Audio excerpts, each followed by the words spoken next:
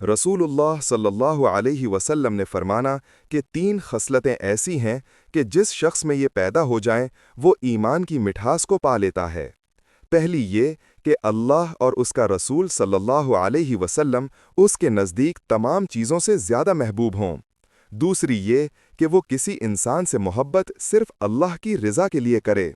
तीसरी ये कि वो कुफ्र की तरफ लौटने को इतना ही नापसंद करे जितना आग में डाले जाने को बुरा समझता है। मुख्तसर तशरीह। ये हदीस ईमान के हकीकी जायके और रूहानी लज्जत की पहचान बताती है। ईमान की मिठास वही शख्स पाता है जिसके दिल में अल्लाह और उसके रसूल सल्लल्लाहु अलैहि वसल्लम की मोहब्बत सब मोहब्बतों पर गालिब हो। ऐसा मोमिन दुनियावी रिश्तों या मफाद की खातिर मोहब्बत नहीं करता, बल्कि अल्लाह की रज़ा के लिए मोहब्बत और नफ़रत करता है। तीसरी अलामत यह है कि मोमिन कुफ्र या नाफरमानी की तरफ पलटने से ऐसी नफ़रत करता है जैसे कोई इंसान जलती आग में जाने से डरता है।